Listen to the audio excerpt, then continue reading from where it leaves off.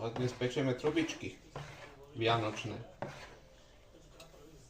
Z tejto dávky sa dá vypiecť asi 120 až 130 kusov trubičiek podľa toho, koľko lejete.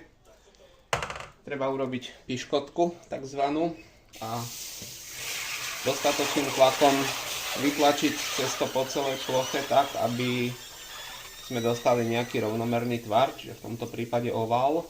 Niektoré formy bývajú aj okrúhle a my máme ovál s vianočným motívom a s nápisom Radostné Vianoce. Čiže rovnakú potlač majú oplatky aj trubičky. Trubičky sú zvinuté. Na to, aby sa dali zvinovať, pridávame do cesta viacej cukru. A inak je to cesto úplne rovnaké. Okrem toho cukru. Tak. Máme vypečené. Obrežeme nedopeky, ktoré sú polosurové, nadvihneme, teraz sa dá oplatka ešte tvarovať, skrútime ju do trubičky a vychladne už ako trubička, krásna, plnohodnotná, dospelá, chrumkavá, teplá.